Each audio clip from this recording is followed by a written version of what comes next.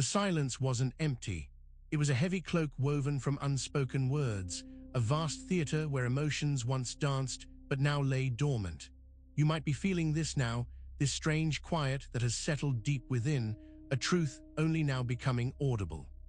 It's the echo of a rift, a psychic split that began not with a bang, but with a gentle, almost imperceptible withdrawal. We learn this from the language of the psyche itself, from the ancient patterns that Jung began to trace. It's the primal act of self-abandonment, the moment a piece of ourselves was tucked away, deemed too volatile, too inconvenient to be held. This silencing, this internal exile, leaves a void that philosophers like Nietzsche diagnosed as a profound despair, a gnawing hollowness that permeates existence. We've become observers of our own lives, specters in the landscape of our own making, caught in the mythic journey of spiritual dissociation. This isn't a fleeting sadness, but a deep-seated condition, a descent into our own emotional crypt, a place where our buried grief resides, waiting. The only way back, the only door to wholeness, is not through denial or further evasion, but through the profound, often agonizing, reawakening of feeling. No easy escape, no borrowed hope, only the stark, unvarnished truth. The bell that should ring with life's resonance, the inner bell that signals joy, sorrow, or simple presence, has fallen silent. This is the story of our modern condition, a profound quietude where the vibrant chime of authentic experience has ceased. We move through days that feel like a choreographed performance, our reactions measured, our emotions guarded, lest they disturb the precarious peace. But this peace is built on sand, a fragile illusion. And at the heart of this stillness lies a profound act of self-betrayal, an early withdrawal from the full spectrum of our being. This is where the psychic split begins, not in a violent rupture, but in the subtle turning away from our own reflection. The initial crack appears when we first avert our gaze from the truth of ourselves, when we choose a palatable fiction over a difficult reality. It's the first step on a path that leads away from wholeness, a subtle abandonment that whispers the dangerous lie that some parts of us are better left unseen. The first tremor of dissociation begins not in the grand pronouncements of existential dread, but in the quiet, intimate moment of self-confrontation. Imagine standing before a mirror, not one of polished glass reflecting a clear image, but a fractured surface that shows only fragments, distorted and incomplete.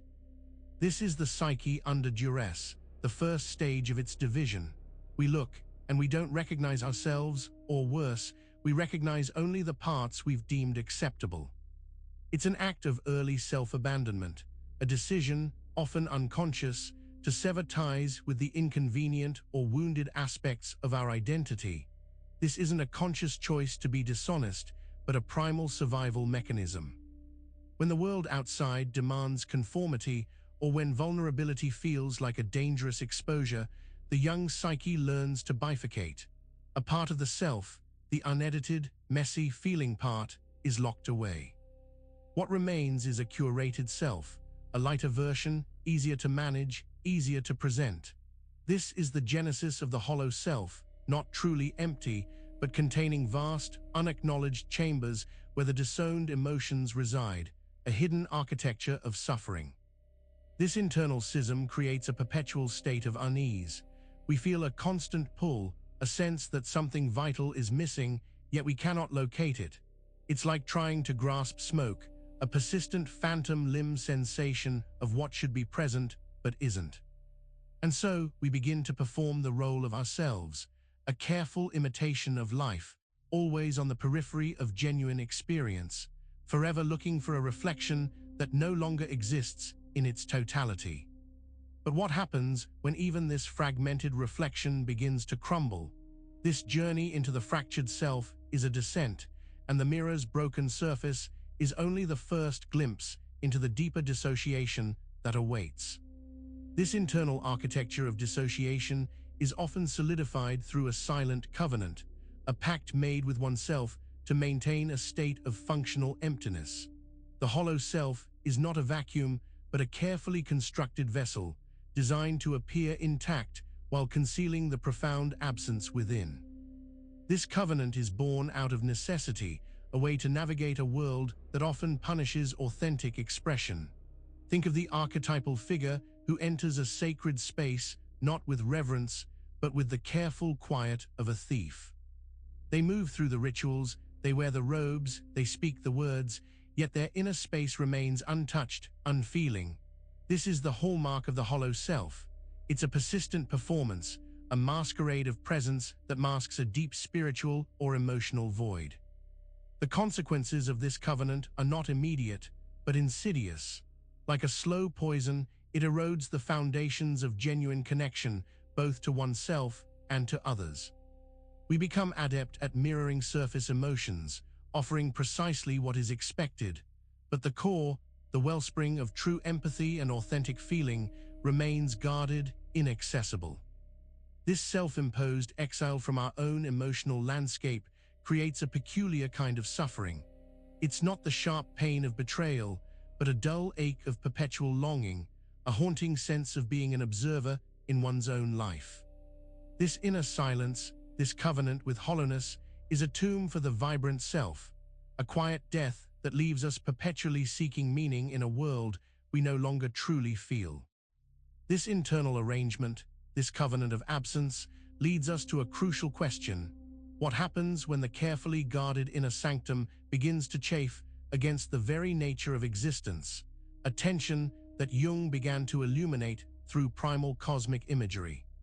Jung, in his explorations of the unconscious, spoke of the black sun, a profound symbol of hidden power, of a light that is not illumination, but an overwhelming, consuming force.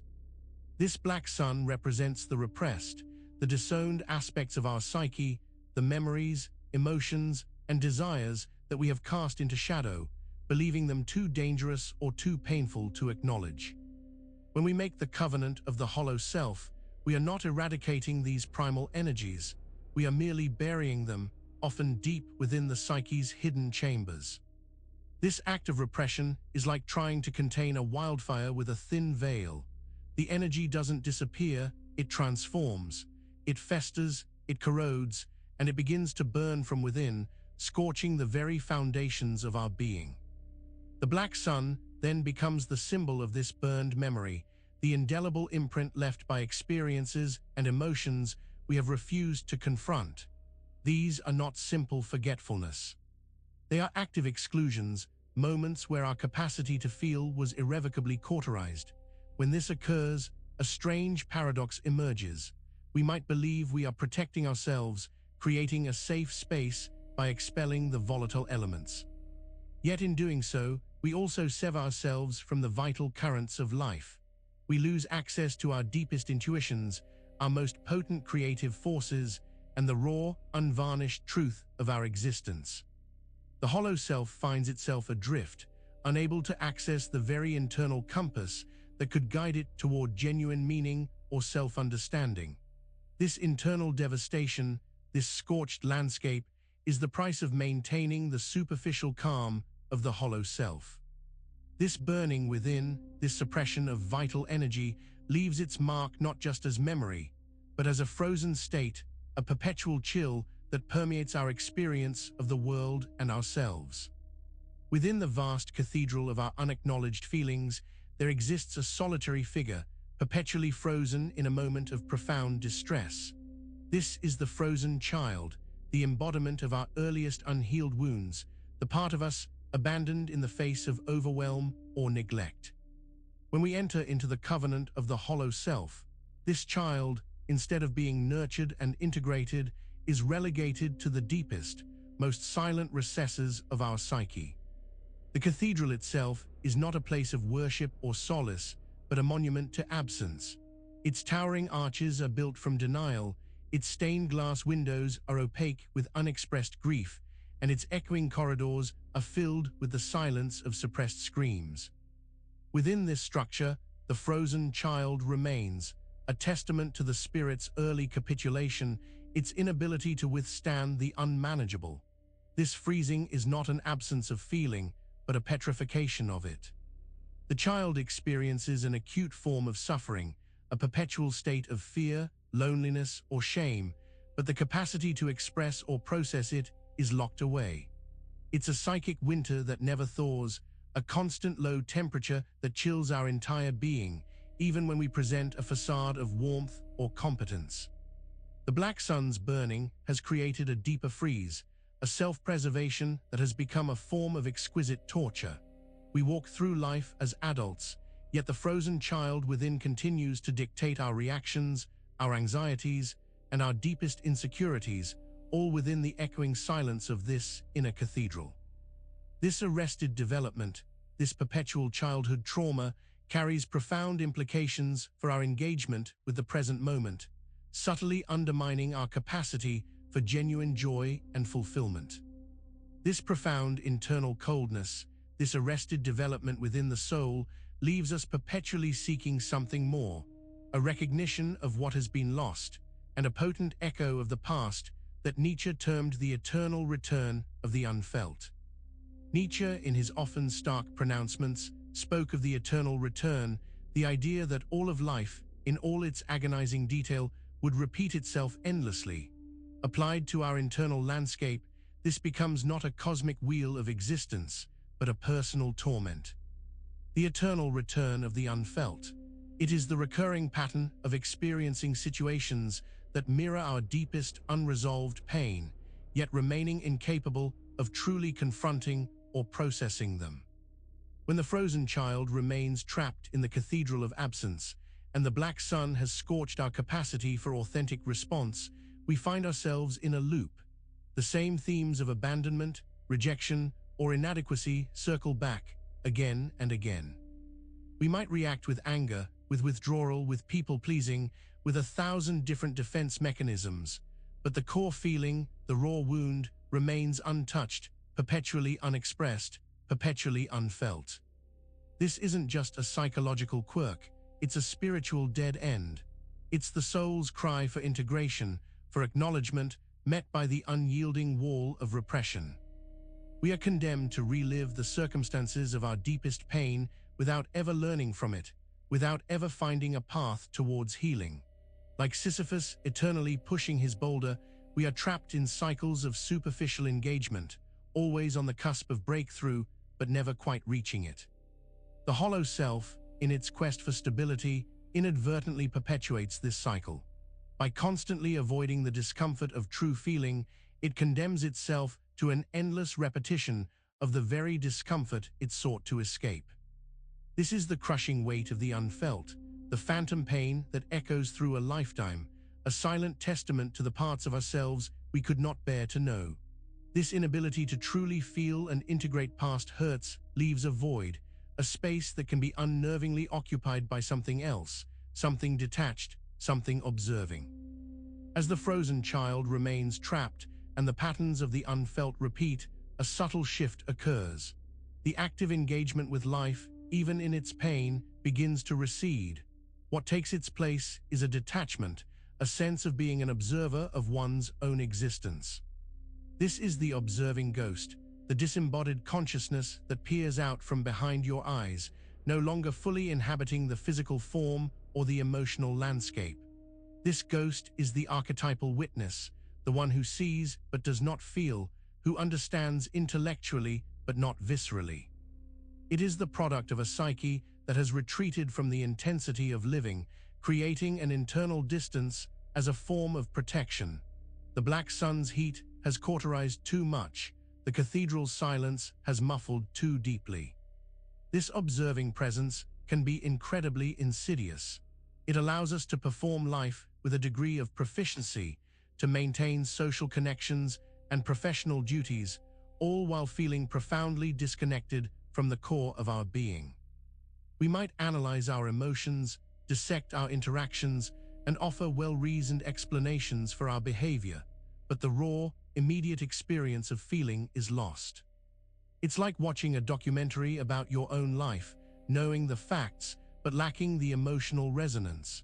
This spectral presence is the ultimate manifestation of spiritual dissociation. The self has divided so deeply that one part can now monitor the other's actions, like a puppeteer watching their marionette. It's a self-imposed alienation, a terrifying state of being present and absent simultaneously, a profound testament to the psyche's desperate attempt to survive by relinquishing its very essence. This detachment, this internal vanishing act, profoundly impacts our connection to the world and to meaning, particularly when it stems from the deliberate act of silencing something vital. In the architecture of the psyche, symbols are the bridges that connect the conscious to the unconscious, the mundane to the mythic. They are the language of the soul, carrying profound meaning through images, metaphors, and archetypes. But when we embrace the covenant of the hollow self, when we repress our deepest feelings and become the observing ghost, we inadvertently begin to dismantle this symbolic language through an active, deliberate silence. This isn't the silence of contemplation or spiritual presence, but the silence of evasion, the quiet that arises from refusing to acknowledge the potent truths that symbols represent. Imagine a sacred bell that has lost its clapper. It stands imposing and beautiful, but its potential for resonant sound, for calling forth meaning, is extinguished. This is the death of symbol in our lives. When we silence the inner dialogue that wrestling with these symbols requires, we sever our connection to the mythic dimensions of our lives. The archetypes that ought to guide us, to inform us of our deepest nature, become inert images. The gates to our inner world, which symbols ought to open, remain resolutely shut. Our dreams, our intuitions, our creative impulses all diminish as their symbolic language is rendered incomprehensible. This leads to a pervasive sense of meaninglessness. We are surrounded by the forms of life, the rituals, the cultural narratives, but we can no longer access the deeper currents they are meant to convey. The world becomes a flat, two-dimensional experience.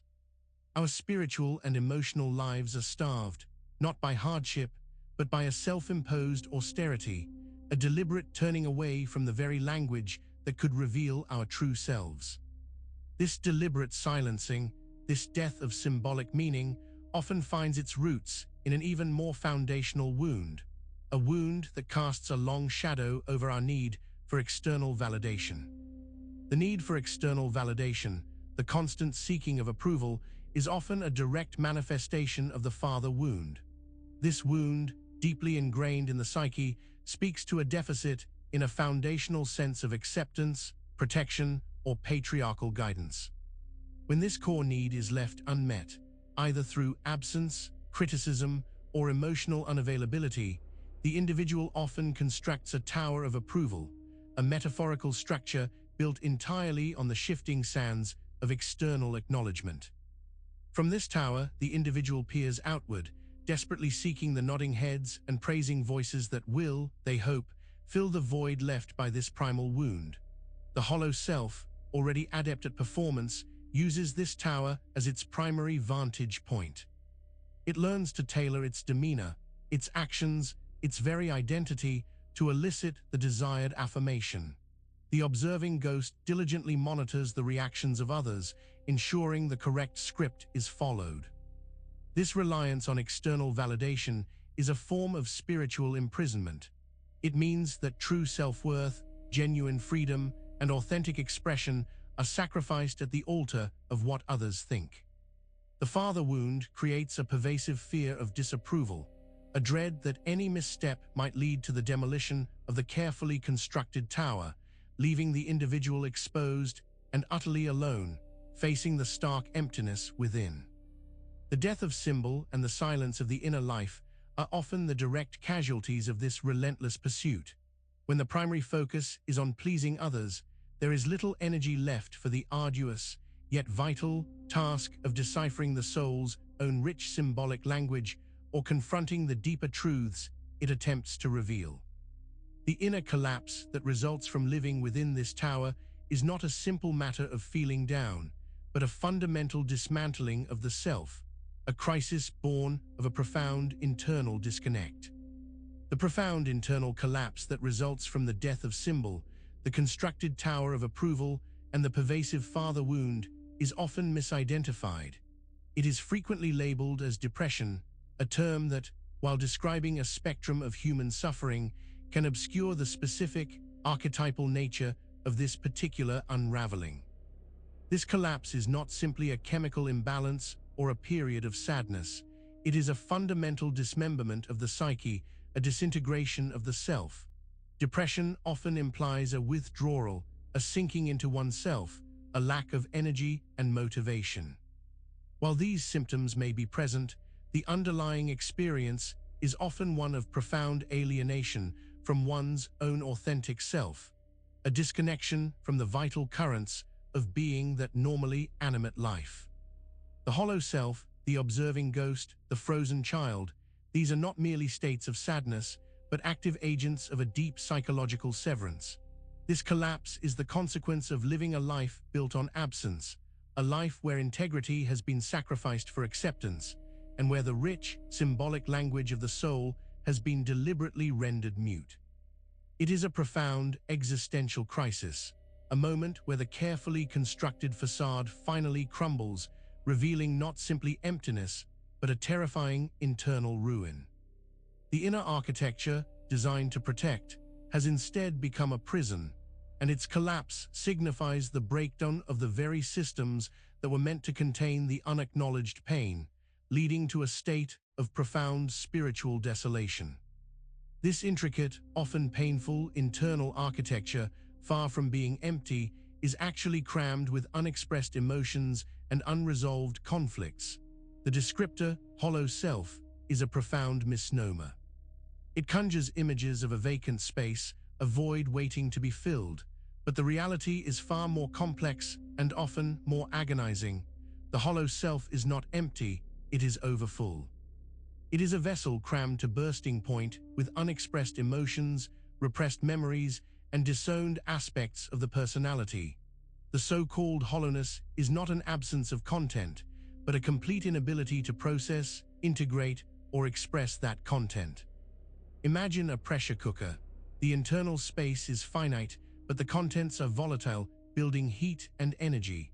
The covenant of the hollow self, the silencing of symbol, the constant performance for approval, these all contribute to a tremendous internal pressure.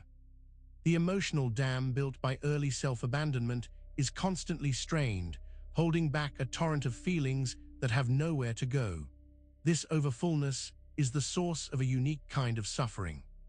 It's the constant, low-grade hum of anxiety, the persistent feeling of being unsettled, the inexplicable bursts of irritability or sadness. It's the sense that something is seething just beneath the surface, a constant threat of eruption that the observing ghost meticulously tries to contain. The frozen child cries silently within this crowded space, unheard and unacknowledged.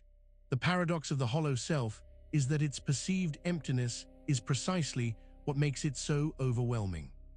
The inability to release, to express, to integrate creates a psychic congestion that can feel indistinguishable from despair, but is, in fact, the result of an overabundance of stifled life. This saturation of the psyche with unacknowledged feeling has an impact not just on our internal state, but on how we perceive the external world, particularly in the face of overwhelming sensory input. In a world saturated with information, stimuli, and constant demands on our attention, the psyche, already overfull with its internal burdens, can experience a profound numbing. Aldous Huxley, in his prescient observations, touched upon this phenomenon. When the internal capacity for processing is already strained by the repressed emotions of the hollow self, the overwhelming influx of external data can lead not to greater awareness, but to a dulling, a protective mechanism against further overload. This isn't the conscious choice to be distracted, but an almost involuntary shutting down. The constant barrage of news, entertainment, social media, and the sheer pace of modern life can become too much for a psyche already struggling to manage its own internal chaos. The overfull vessel, when subjected to additional external pressure, doesn't absorb more, it seals itself off, creating a protective, anesthetic layer.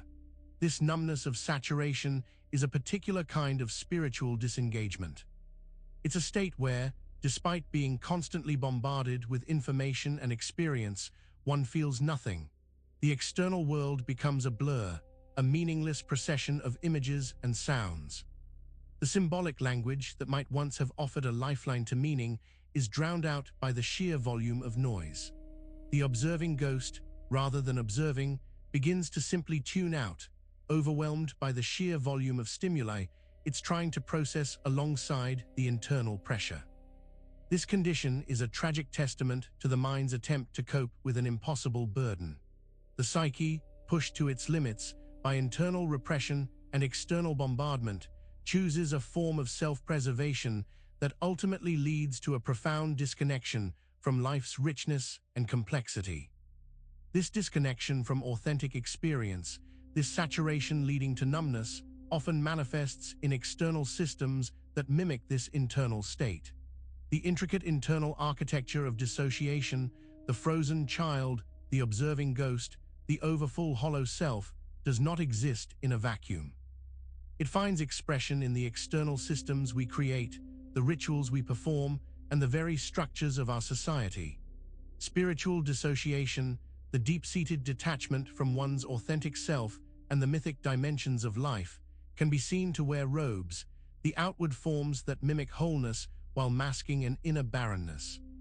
Consider the elaborate rituals of certain institutions or social gatherings.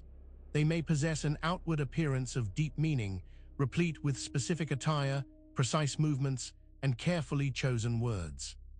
Yet, if the individuals participating are operating from a place of internal dissociation, these robes become mere costumes. The sacred is reduced to performance, the profound to the superficial. The bell that doesn't ring anymore might be worn as a decorative ornament, signifying sanctity without substance. These external systems, whether religious, corporate, or social, can become vast cathedrals of absence, mirroring the internal structures of the dissociated self. They offer a sense of order and belonging, a fragile bulwark against the inner chaos, but they do not foster genuine connection or spiritual growth. The robes, the geometry, the prescribed roles, they are all attempts to impose external structure onto a soul that has lost its internal compass. The danger lies in mistaking the outward form for the inner reality.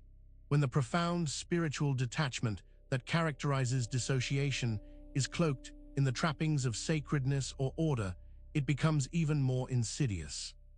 The individual and society as a whole can become so accustomed to the performance of meaning that the absence of it goes unnoticed, perpetuating a cycle of spiritual emptiness disguised as structure and tradition. This outward conformity, this wearing of spiritual robes, ultimately points to a profound inner state, a state that can only be addressed by confronting the original wound and the grief it carries. The journey through dissociation, through the frozen child and the observing ghost, through the overfull hollow self and the numbing saturation, finally leads to a stark realization. The path forward, the only path towards individuation, is not a flight towards a mythical light or a swift ascent to enlightenment. Instead, it is a descent, a deliberate re-entry into the very space that has been so long avoided. The crypt of buried grief. The crypt is not a place of despair and annihilation. It is the repository of what has been exiled, the sacred tomb where the unacknowledged parts of ourselves lie in waiting.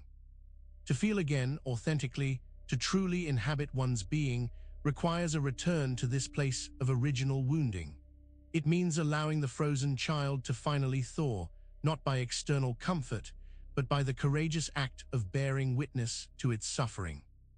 It means the demise of the observing ghost and the brave, messy work of integrating the overfull contents of the hollow self. This return is not about finding solace or happiness in the traditional sense. It is about embracing the totality of one's experience, including the pain that has been so rigorously suppressed. The robes of dissociation must be shed, the performance aspect of the hollow self must be dismantled. This process is arduous, often terrifying, and deeply intimate. It demands a willingness to confront the raw, unvarnished truth of one's existence, a truth that is often shrouded in the silence of unexpressed tears and unspoken sorrows. The acknowledgement of this pain, the acceptance of this profound grief, is the only true doorway. This arduous journey, this confrontation with the deepest sorrow, marks the final threshold, a gate that opens not to relief, but to a truer, richer form of existence.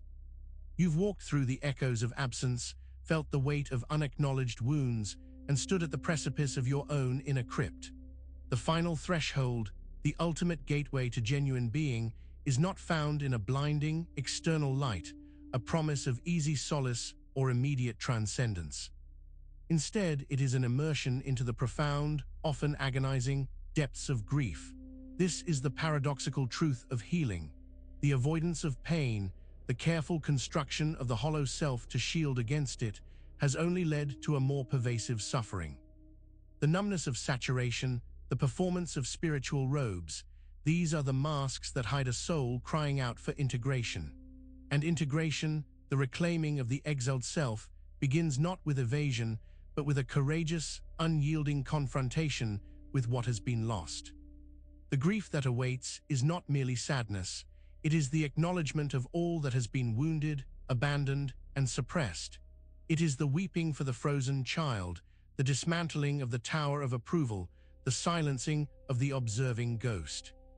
It is the full, visceral experience of life's inherent bittersweetness, the recognition that wholeness demands embracing not just joy, but also the sorrow that gives it shape and meaning. This threshold is not a place of escape, but a radical embrace.